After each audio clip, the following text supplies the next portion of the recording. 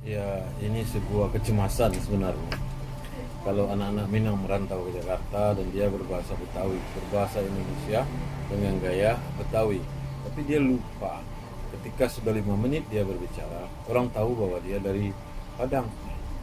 Berbeda dengan orang Batak yang begitu berbicara bahasa Indonesia, dia tidak menukar-nukar gaya bahasanya, dialeknya. Dia tetap dengan dialek Batak, orang Makassar dengan dialek Makassar.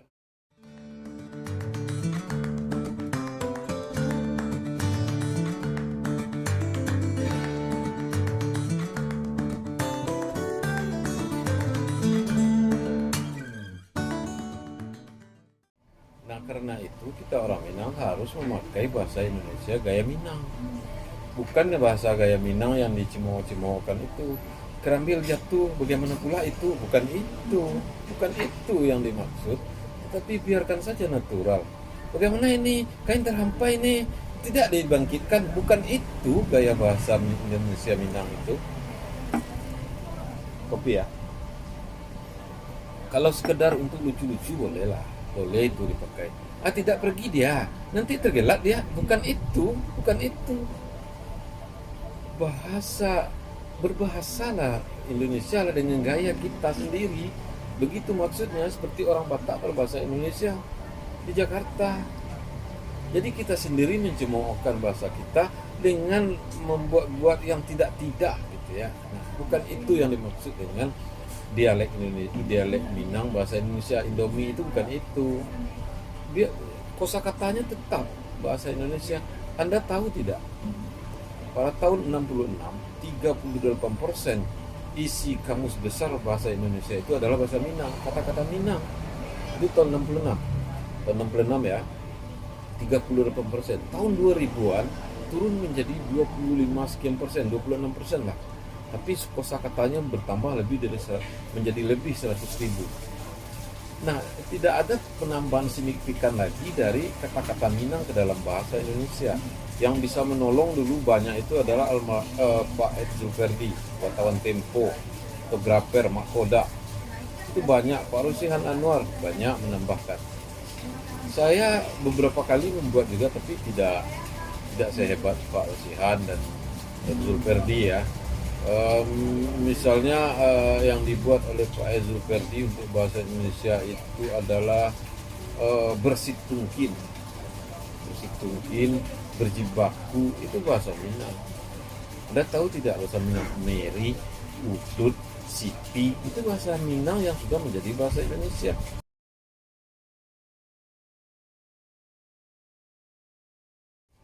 Itu akibat di Balai Pustaka pada tahun di zaman angkatan Balai Pustaka, sastrawan-sastrawan itu orang Minang yang banyak. Jadi kosakatanya masuk. Lalu dibuatlah kamus diambil dari bahasa Minang. Jadi kita berterima kasih kepada para pendahulu ahli-ahli bahasa Minangkabau itu yang memasukkan bahasa kita, bahasa Minangkabau ke dalam kamus bahasa Indonesia. Hari ini kita tidak tahu lagi. Saya sering menulis di media tempat saya bekerja di Harian Singgalang. Ada yang menelpon, ada yang SMS, WA dulu. Oh, itu buatkan artinya Pak, itu kan bahasa Minang. Bahasa Indonesia yang sudah ada dalam kamus, cuma kita tak memakainya lagi.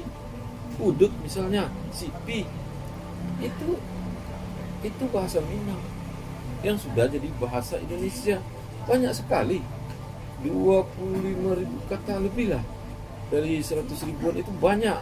Nah, karena itu hari ini kita harus menjaga sumbangan kita itu terhadap pembangunan bahasa Indonesia dengan cara kita bertutur dengan baik. Siapa yang bertutur bahasa Minang? Orang Minang, orang Kerinci, orang Riau, sebagian Sumatera Utara sampai ke Aceh, sepanjang jalur lintas Sumatera. Di mana ada rumah makan Padang, orang bahasa Indonesia, bahasa Minang.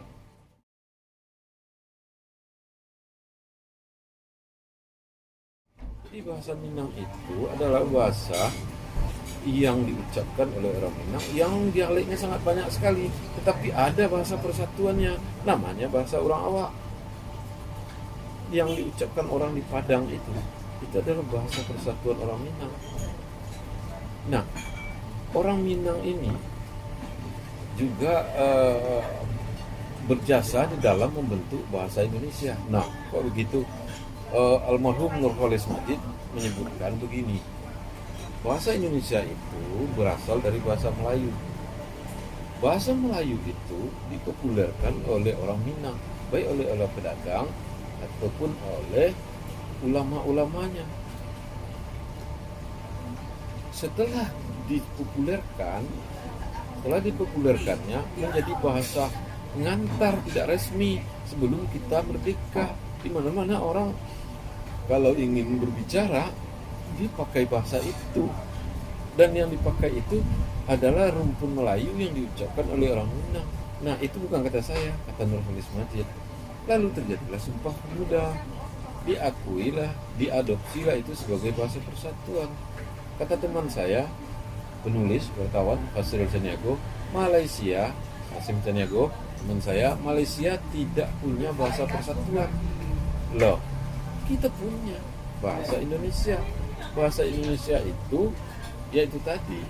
Karena itu suku bangsa yang sekian persen dari jumlah penduduk Indonesia ini, yang kecil ini, harus terus menerus menjaga bahasa persatuan itu, yaitu bahasa Indonesia yang ikut Anda bangun. Nah, kalau ikut Anda bangun, maka kita memang sekarang belanja di mall-mall atau di market-market kecil itu yang kayak Minang Mart, itu Mart itu pakai bahasa Indonesia lah. Ini berapa, Mbak? Nah, masalahnya sekarang Mbak harusnya Uni, tapi sudahlah. Mudah-mudahan dia kembali kepada Uni. Ada yang beruni, ada yang berkakak, ada yang Mbak, ada yang tidak ada yang beretek. Padahal etek penting, ya enggak? Tapi etek itu lebih pada komunitas kita, satu keluarga kecil itu disebut etek, ponakan, kemenakan, mama, paman, dan seterusnya.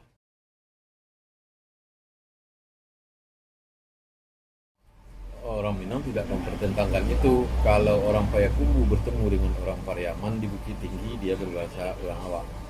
Bahasa Minang yang diucapkan di Padang, dia menular ke seluruh kota.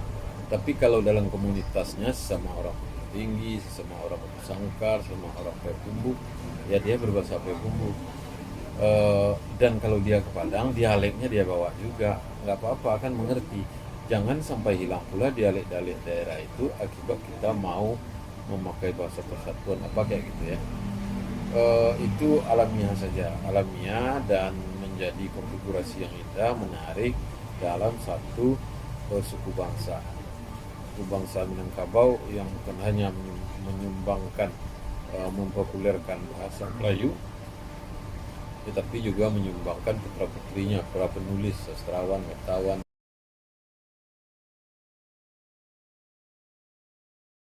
Bahasa Indonesia Minang yang saya tulis di Wasit Garis edisi Minggu, setiap hari Minggu selama bertahun-tahun itu, muatannya adalah hiburan. Muatannya hiburan seringkali, tapi jarang saya membuat memperolok-olok. Oh, sudah berdembin, kerambil di belakang rumah, cepatlah bergegas. Jarang saya menulis itu. Tetapi saya menulis dengan tata bahasa Minang gitu. Bagaimana mengungkapkannya? Dia mengalir saja. Saya ingin memberikan identitas kepada bahasa Indonesia Minang ini dong, yang oleh orang disebut Indomie, Indonesia Minang.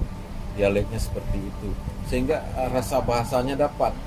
Kalau pembaca menemukan rasa bahasa dari sebuah tulisan, maka tulisan itu biasanya disukai. Gitu. Kalau saya sering bilang kepada para penulis yang mengirim tulisan ke Surat Kabar, Anda jangan menulis terlalu ilmiah, karena kalau terlalu ilmiah namanya itu diktat. Dan kemudian Anda jangan menulis dengan kalimat yang panjang-panjang, sebab orang napasnya tidak semuanya panjang. Menulislah dengan pendek-pendek dan terstruktur gitu.